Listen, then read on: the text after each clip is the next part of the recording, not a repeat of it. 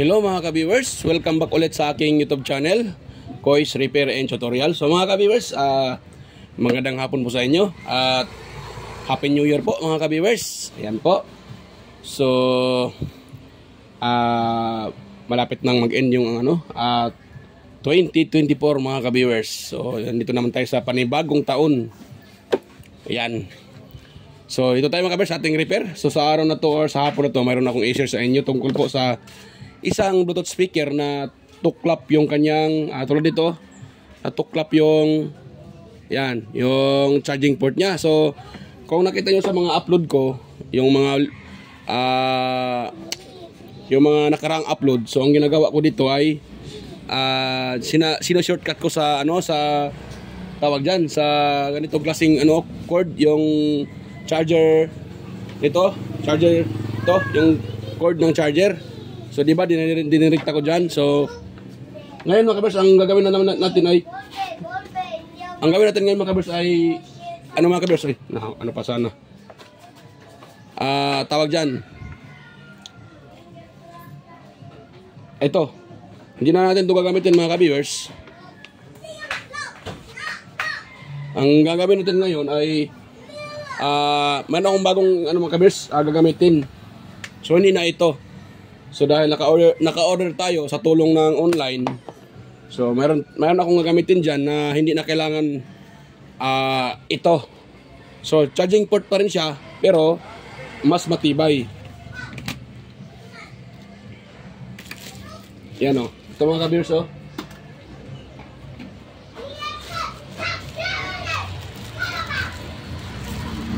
Ayan o. So ito, na-order ko sa online. Ito mga ka-viewers. So ito po yung ating gagamitin. Ito. So ito po yung gagamitin natin mga ka-viewers, na ito po yung gagamitin ko para dyan. So ito po ay tawag ata nito ay Type C. Yan. So Type C na charging port. Ayan, na-order ko po ito sa online. So maganda siya mga ka-viewers dahil pag ito yung ating gagamitin, kukuha lang tayo dito ng isa, katulad nito. So sa tingin ko ay mas matibay siya mga ka-viewers, hindi siya basta-basta natutuklap. Yan, ito. Ayan o. So hindi siya basta natutuklap dahil maganda yung kanyang pagkahinang o. Yan o. O.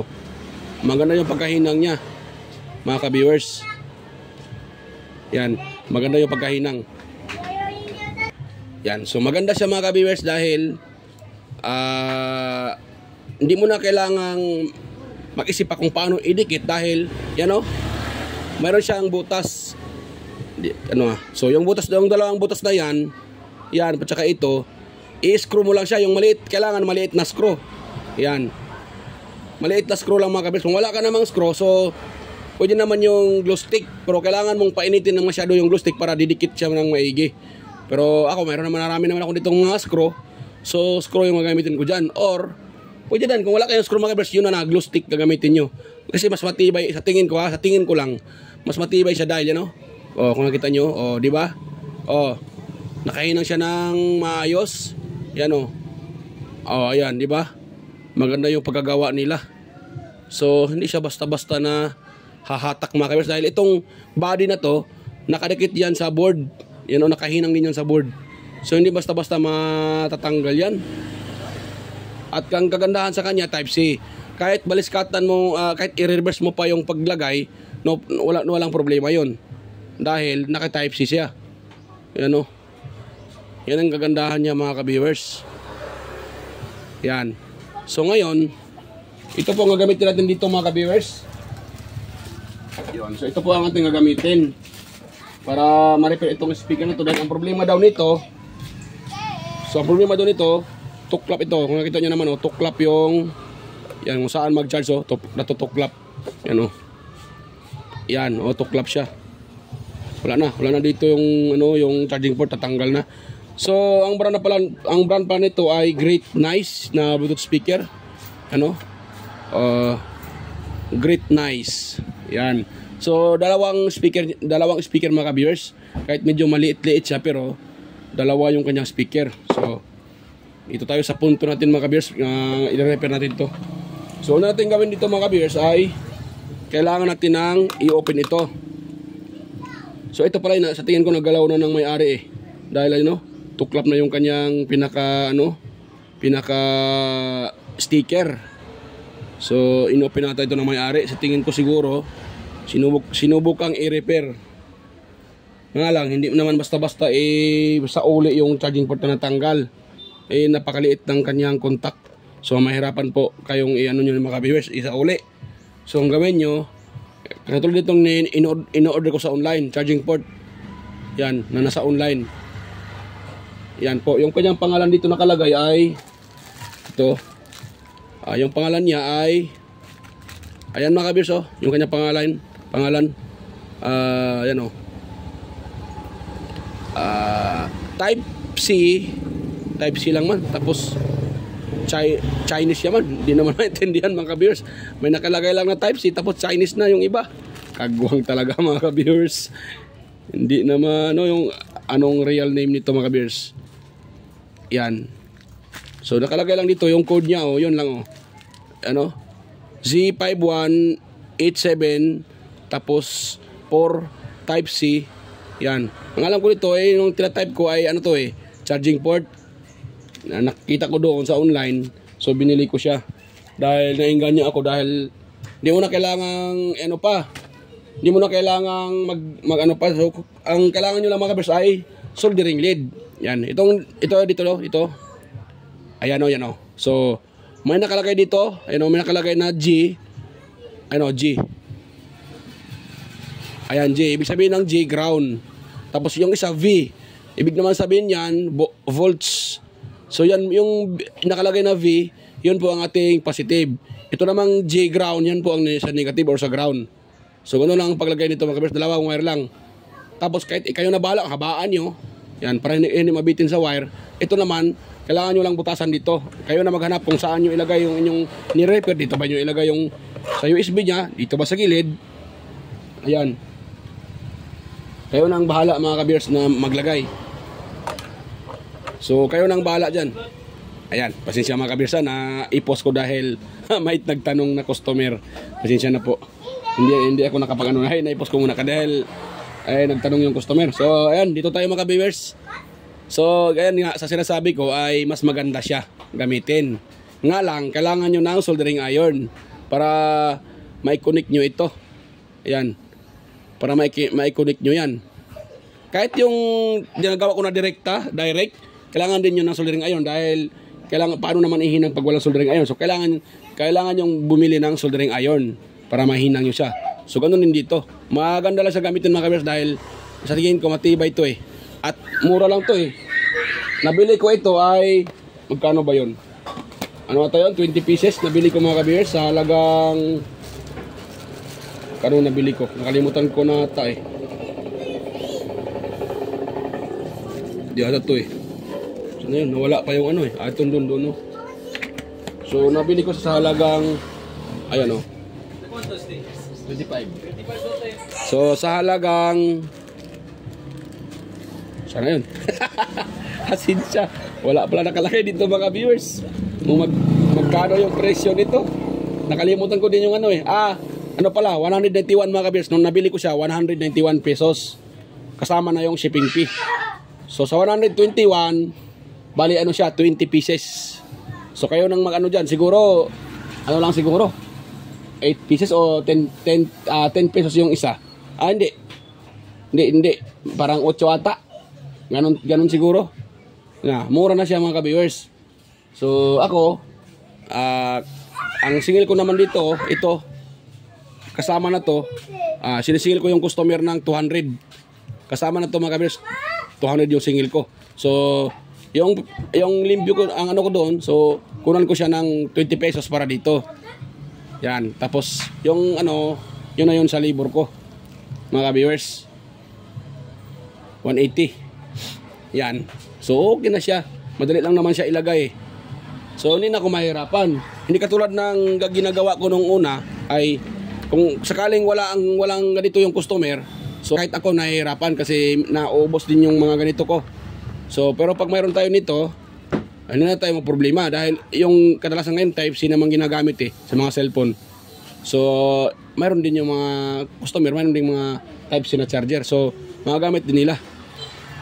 So, yun mga kabers, dito tayo sa para matapos na kagad itong aking gagawin. So, dito tayo dahil na-open na to at tuklap naman yan. Yan. So, hanapin dito ang contact mga kabers. Yan, para makita nyo, lakihan ko muna yung yung screen. Ayan o, di ba? Kung nakita nyo itong speaker na to ay siya? Ayan o. Ayan o. So ito yung natuklap na, yan po yung natuklap na charging port.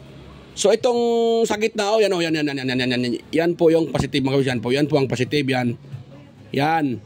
Kasi dito sa kabila naman, yung mga yan, pati ito, pati yan, ay negative yan, ground.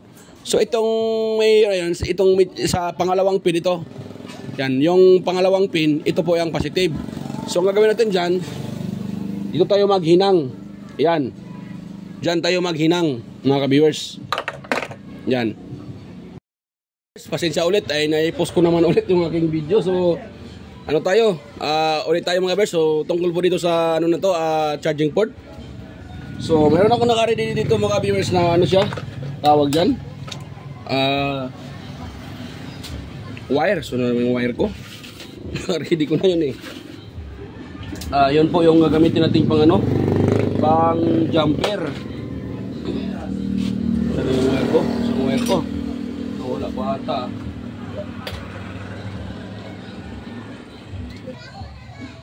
So yan mga viewers, dahil na to, so ang gawin natin dito, maglagay muna tayo dito ng wire. Itong contact na to, yung dalawa na yan may nakalagay na B at saka G, ground at saka sa positive contact, yung may B.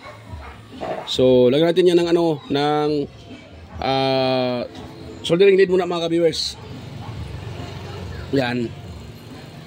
So pasensya po kayo mga viewers, putol-putol yung aking video dahil ako lang kasi ang dito. Ako lang mag-isa. Yung misis ko doon sa town may binibili. So ako yung sa aming maliit na tindahan. So wala akong mga kabis, wala akong tawag diyan. Wala akong walang maka doon sa tindahan, kaya minsan putol-putol yung pagka-video ko. Yan. So yan.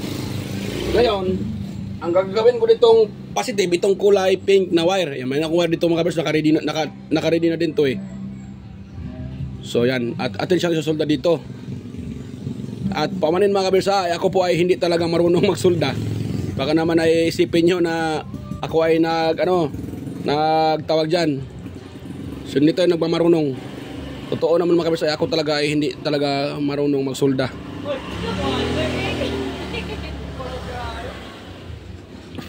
Yan. Sa pagsusolda kasi ay may mga technique dyan. Pero ako naman talaga ay hindi ako marunong mga kabers dahil yan. So sa akin pag ma-connect lang at hindi lang magsushort, para sa akin okay na yun. Yan, dito naman tayo sa gagawin kong ground, itong gray. Yan, so dito natin ilagay sa ground.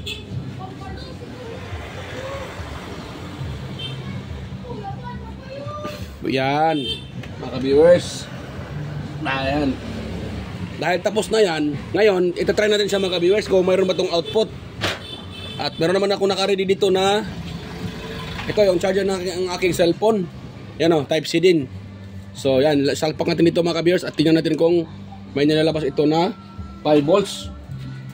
Dahil nung natin may iwasan na mayroong dito na baka mayroong factory defect or walang connection.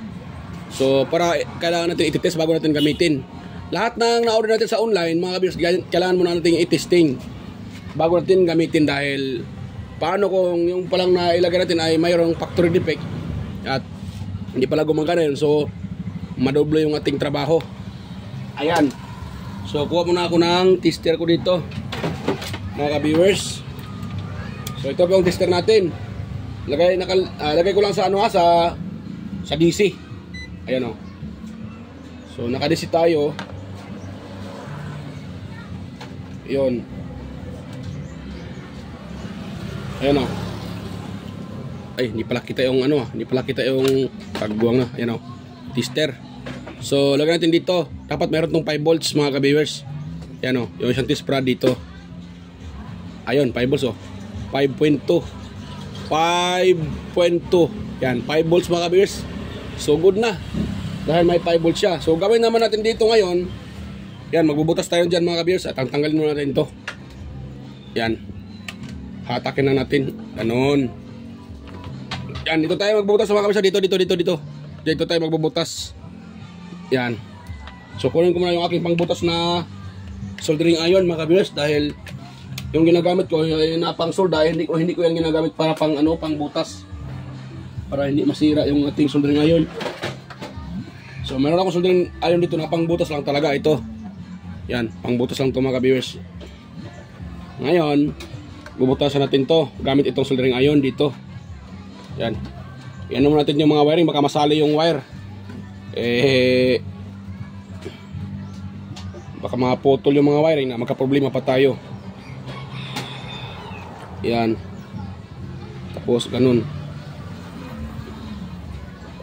Yan. Ayun. Ayan na siyang butas mga ka-viewers. At ang gawin naman natin dyan, atin siyang, anong tawag dyan? Atin siyang tingnan kung magkapareho na ba yung ano nila, sukat. Yun. Parang kulang pa ata mga ka-viewers. Yan, parang kulang pa ata eh. Yan. Dagdagan natin. Parang hindi papasok yung ating ano eh. Parang hindi papasok yung ating charging port na ilalagay dyan.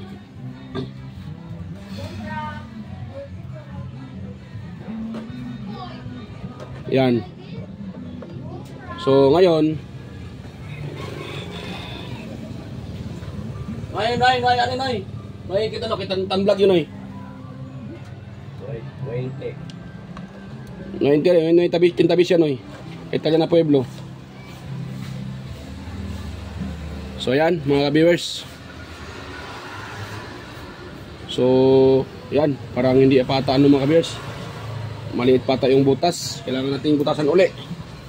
Palakyan natin mga viewers. Kulang yung butas. Yan, so palakyan natin sa kunti. Yan. Pag kayong gumawa mga kabisa, kunting ano lang, kunting ingat sa pagbutas, baka masali yung mga wire. Magka-problema pa yung ano. Kaya bago natin gawin, atin muna i-check kung wala bang mga wire na matamaan sa soldering iron. Sana ay magkasya na. Ayan, nagkasya na mga ka-viewers. So gano'n lang mga ka-viewers oh. Yan, nagkasya na siya. Yan oh. Yan, gano'n lang. So hindi siya masyadong sintro. So okay lang yan mga ka-viewers. Yan. So ang ilagay ko dito ay ano na lang siguro. So, tawag yan, glue stick. Hindi ko na lagyan ng screw yan. Matibay naman yung glue stick. Hindi na yung basta-basta nahatak yan. Kung screw naman, maghanap ako ng mga maliliit. Kailangan kasi ito ng maliit na screw eh.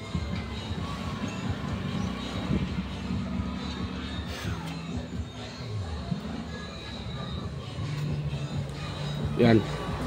So ngayon, ipapasok natin ito mga ka-viewers ha.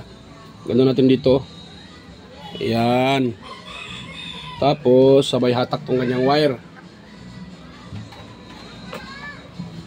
Ayun. Ano lang mga ka-viewers. Ayun. Tapos patakan natin yan ng glue stick bago natin ipasok uli yung charging port mga ka-viewers. Ganito lang ang gawin natin oh. Wait lang ha.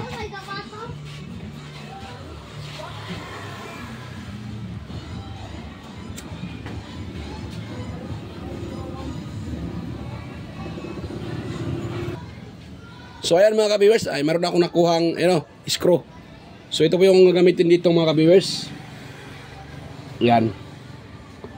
So medyo putol-putol yung ating at ang aking video dahil wala kasing walang ibang makano sa aking maliit na tindahan kaya putol-putol mga ka-viewers. Pasensya na mga ka-viewers. Hindi strict yung aking pagbibideo. So, yan. Yan natin dito. Tapos, i-screw natin mga viewers para matibay siya. Yan.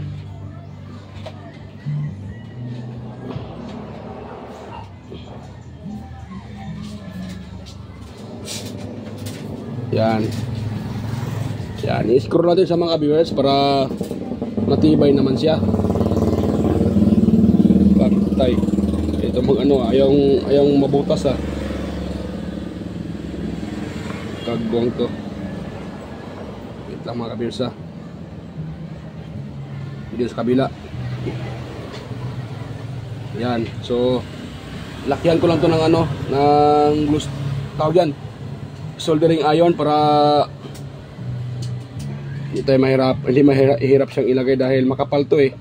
Plastic na to. Yan, lagyan ko lang ng tanda mga ka-viewers para doon ko bubutasin. Ayan. So hatakin ko na siya uli. Ayun, doon na yung ano, yun na yung butas. Ngayon, kunin ko na yung solder iron at lagyan ko na ng ano yan. Ito dito. Yan, tapos dito.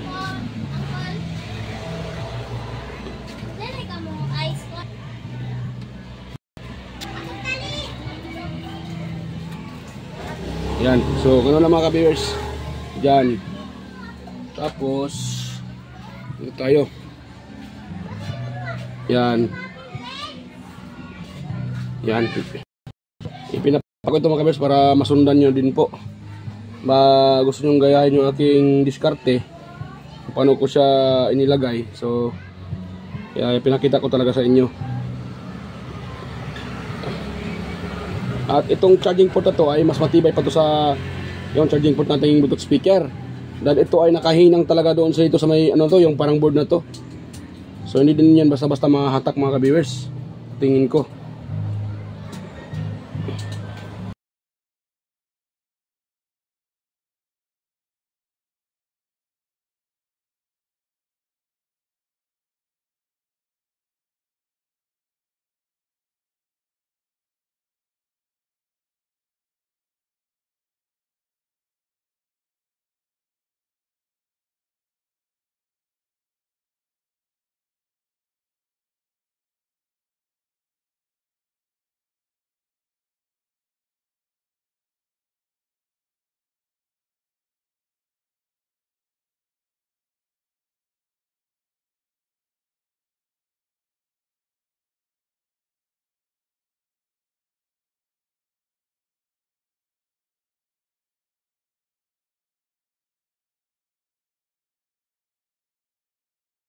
Mga ka-viewers, ayan 5 volts oh. Ayan oh, 5 volts, 5.2. So good na mga ka-viewers. So ngayon ang gagawin naman natin, next steps natin ay ano mga ka-viewers, ito ihinang natin dyan sa board mga ka-viewers. Ito sa board. Ayan, saan yung iba pinakita ko kanina, yung saan yung contact ng 5 volts. Dito tayo maghino. Yan oh. Yan, dyan tayo maghinang. So soldering lead mga ka-viewers ha. Tatanggalin ko muna pala to. Yan, patakan natin yan ng soldering lead para pag ating dikit agad yan. So, ka-viewers, ingay dahil may mga bata dyan may namimigay ng regalo sa mga bata. Kaya medyo maingay. Pero aywan ko kung marinig nyo ba yung yung ingay. So dito tayo mga ka-viewers, dito. Okay, itong speaker na to dahil siya eh, nakaseparate yung kanyang madali lang matrace yung kanyang contact saan sa tawag dyan, yung contact para sa positive. So hindi siya mahirap i-trace mga kabis, madali siyang i-trace. Yan. So ngayon, putan ko naman na yan dahil mahaba yung ating, itong wire na to mahaba.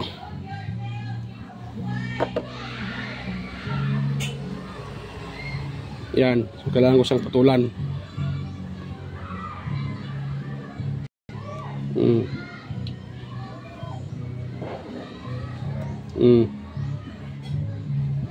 Yan. Ngayon, patakan natin to ng soldering lead mga ka-viewers. Itong dulo, yung dalawang dulo na yan.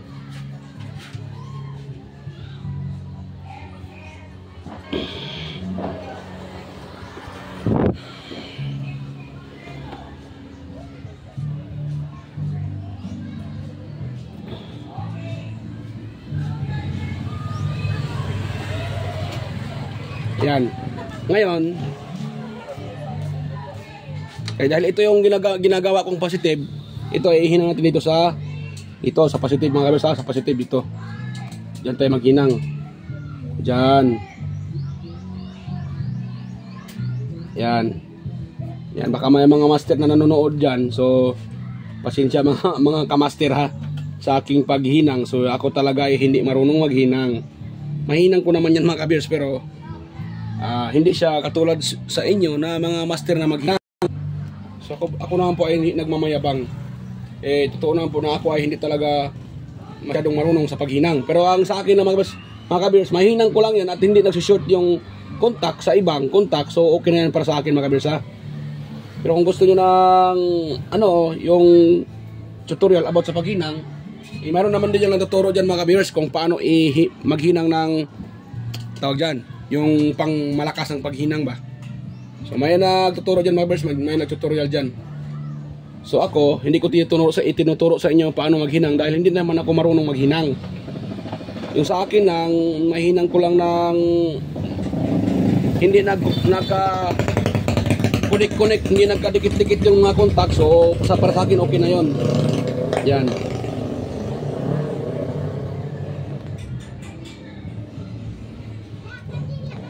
Yan, nagdikit yung mga kabiyers.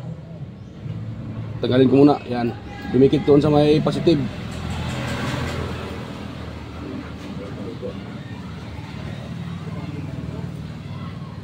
Yan. So wait lang mga kabiyers, may bumibili na naman. Nako. Wait lang mga kabiyers. So yan mga kabiyers. Ayan, balik na naman tayo sa pag-repair. So yan, dahil na-iconic ko na yan, wag mo natin i-fix mga kabiyers. Try mo natin. Salpakan ng tawag dyan. Salpakan ng, ayan, ito. Charger. Ay, ba't dito? Dito pala yung niya. Ayun, success mga kabiyers. Umilaw na siya, yan o. Yan, umilaw na mga ka-viewers. So success yung gawa natin. Ayun, so mas matibay pa to eh. Ito siya, matibay to. Yan mga ka-viewers, oh. So success yung gawa natin. So yan ba, ngayon okay na yan. Ayatin natin siyang wait lang mga ka-viewers ha. So ayan mga ka-viewers, kung nakita nyo, success po ang ating repair. At gumagana na po yung tawag dyan, yung ating repair o nire-repair ko mga ka-viewers. Yan, nakita nyo naman, yan o, charging siya, yan o, nagre-red, ayan o, ayan, nagre-red siya mga ka-viewers, yan o,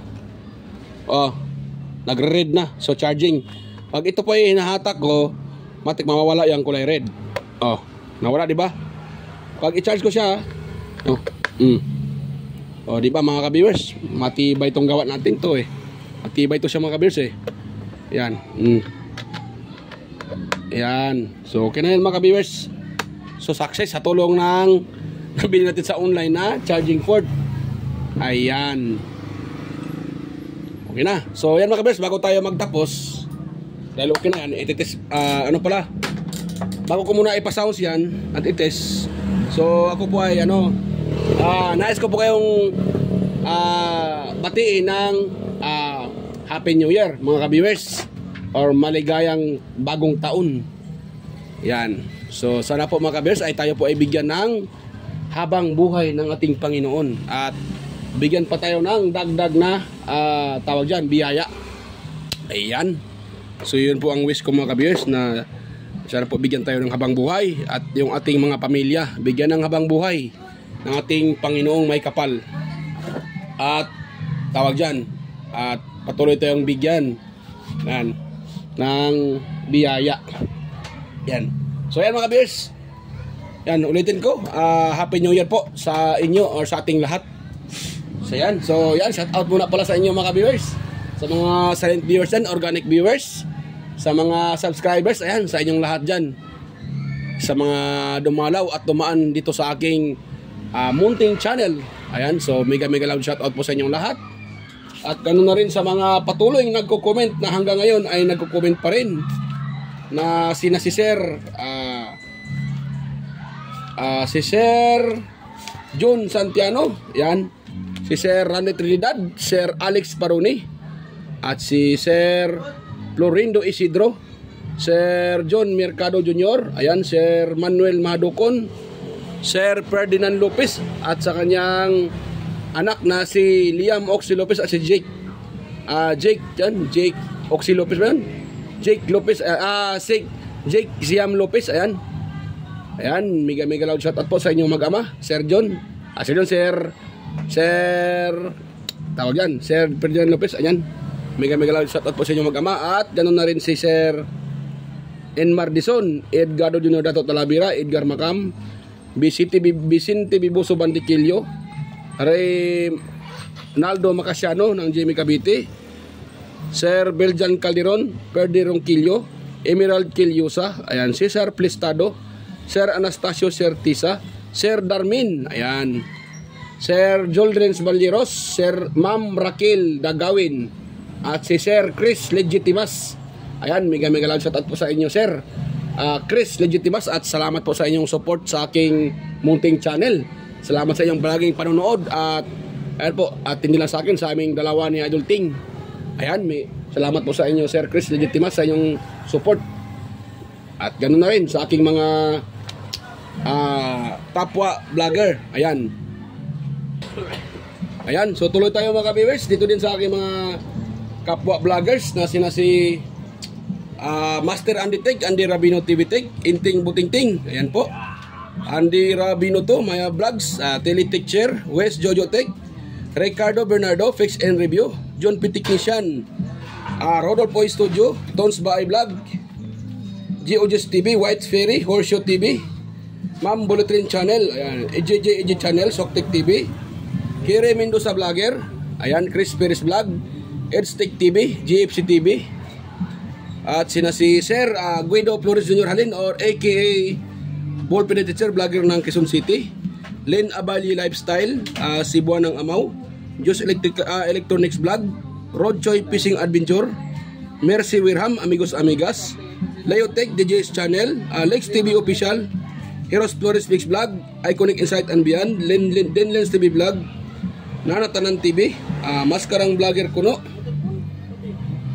Aling Peps, Marco Francis 713 Mix Vlog, Hody Expert, and Justado Vlog Channel, Island Store Mix Vlog, HQC TV, Kisnel Channel, 3M Vlog, Anonymous Vlog, Jinky Inok Vlog, JWJ Ward, Bitoy Malana, Darwin Tech, Farmer Boy TV, Roger Cedric, DJ Disco Hunter, DJ Lin Mix TV, Miss Jami Balyena, DGM Mix Vlog, ayan, mega lang shoutout po sa iyo, Idol, DGM Mix Vlog, Wellmas Music Vlog, Master Rhythm Spa, Monarch Smart TV, Michael Jackson, PBG Blabber Pan, Kayari Vlogs, Atimers, Kakaro Vlog, ayan po.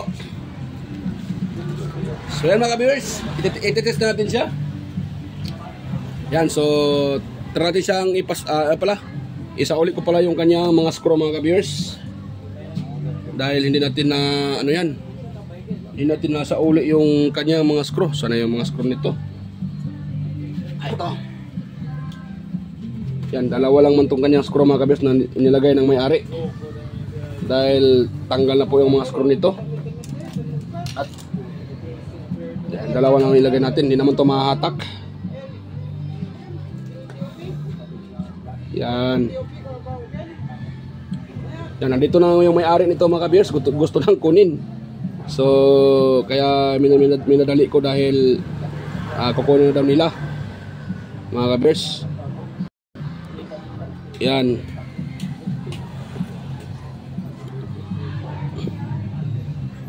Ayun mga ka-viewers. So okay na. So yan. Kung mayroon kayong nakuha ang kunting idea sa ating repair ngayon mga ka-viewers, yan po. So sana po huwag niyong kalimutang i-like yung ating video, i-share sa iba, at higit sa lahat, inyanyaan ko po kayong mag-subscribe mga ka-viewers. Ayan po. So yan. Happy New Year mga ka-viewers. At andito din yung may-ari mga ka-viewers, oh. Ayan, oh, si Sir, oh. Ayan si Sir, oh. Ayun. Ayun, si Sir. Sana yun? Ayan, ayun si Sir. Ayan, anong masabi niyo, Musing? Okay na daw, okay daw kayo. Ayan, okay daw mga ka-viewers. Ayan. So hanggang dito lang yung video natin mga ka-viewers, ha. So yan, Happy New Year uli. At kita-kita tayo sa aking next na mga video. So bye bye po mga ka-viewers.